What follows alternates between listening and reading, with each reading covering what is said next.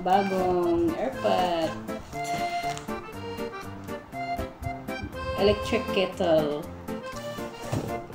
Bumili si Burandat. Nahirapan siya sa kalisod, guys. Kaya nag-order siya ng electric kettle para mag-tea siya, mag-coffee siya, hindi siya mahirapan sa kalisod. Ako okay lang na gumamit ng stove. Everyday ako mag-init ng tubig siya, parang hirap na hirap siya. Hindi kasi nila nakasanayan ng ganyan. So, nasanayan nila na lagi lang chuk, chuk. Kasi dito, nasira na yung hot and cold nila. Sila din ang nakasira niyan. Kasi pag gumamit, pak, tapos bag. So, gano'n. Diba? Sira. So, ngayon, nag-order siya nito. Kasi nahirapan sila sa kalisod. Dati yan, ang hot and cold nung time na mayroong nagstay dito na kasama niya na Indian. So, pinastay niya dito for 3 months. So, yan ang nangyari. Sira.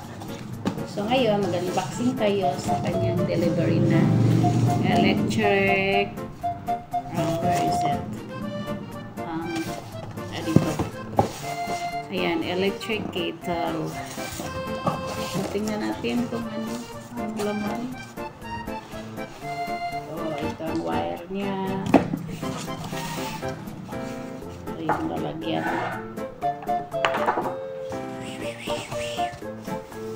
Dito naman ang kanyang. Dito guys, no, mura lang ang mga kettle nila guys. Yung mga airpot nila. Mga mura lang. So, parang ganun lang siya, ganun. Tapos, yan, may bago na. So, tanggalin siguro muna ito. Plastic. Bago gamitin.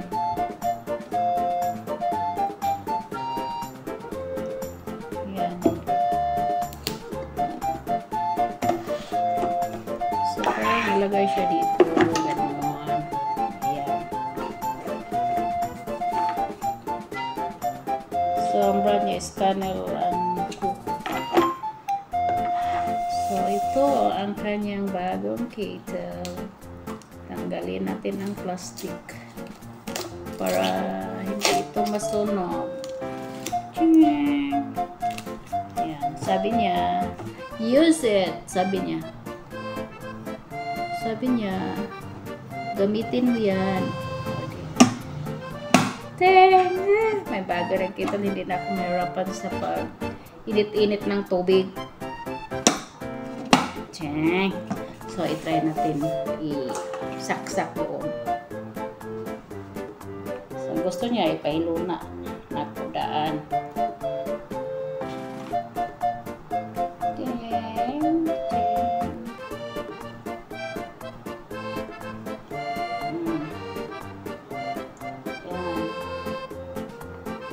So, tara, ilura natin doon.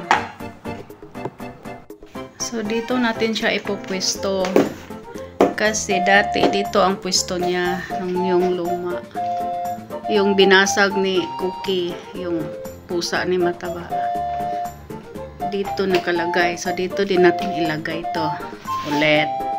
So, ayan. So, kunin natin yung kettle. Ayan. Try natin. Pakuluan ng tubig.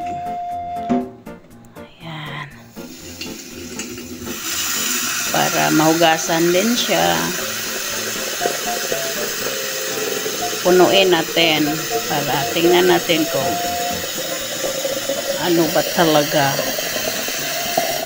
Okay. So, puno na.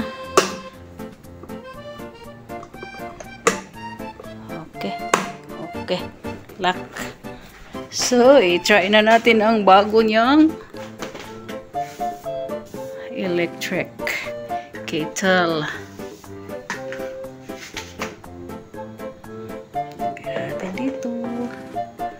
Ayan. So, sana tama yung paglagay ko. Yan. So, on na natin. Tapos, ito siguro on. Ayan. Oh! Nag-on na siya, guys. So, sana tama ang paglagay ko. Yan. So, i-wait natin siya, guys. So, observeran natin yung bago na airpot electric kettle. Katulad lang siya dati. Same lang ang kanyang itsura. Pero hindi ko alam kung ano ang dito. Labas dito. So, under observation siya. Try natin kung madali lang ba siya mainit.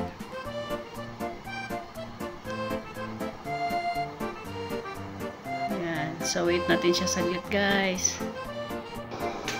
So, ayan, guys. Parang narinig ko ng kumukulo. Obserbaran natin kung mag-off ba siya, kusa ba itong mag-o-off. Kung may sign ba na parang done na siya. Parang narinig ko parang kumukulo na siya. Oh, ang init na, guys. Saglit lang siya. So, try natin obserbaran. Kasi parang naririnig ko na parang kumukulo. So, obserbaran lang natin. Yan, parang narinig niyo. Parang kumukulo siya, no? Tingnan natin kung kusa ba siyang mag-stop. Kasi dati electric kettle, mag-stop lang siya kusa kung magkukulo-kulo na. Iwan ko dito. Kung ganun ba.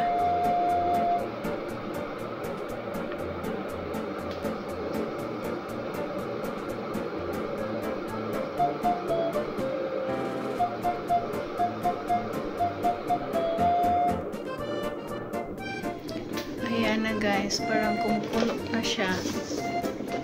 Ay! Kusa pala siyang mag-uop. Ayan. Okay, automatic. Okay na. So, ang gawin natin dito, kasi panlinis lang to, ilinis natin dito sa lababo. Para matanggal yung mga germs. Ayan. Lagyan natin ng mainit na tubig. Kasi minsan, yung mga friend natin, dumadaan dito. Since, ayan, nakita ko na dumalaw na ang friend dito. Ayan, binuhusan natin ng mainit na tubig. Since nilinisan lang natin yung airpot. Okay, ayos pala to. Automatic. Ayan, so ayan, guys. Tapos na tayo nag-unboxing at nag-testing ng ating new kettle electric. Alright, thanks for watching.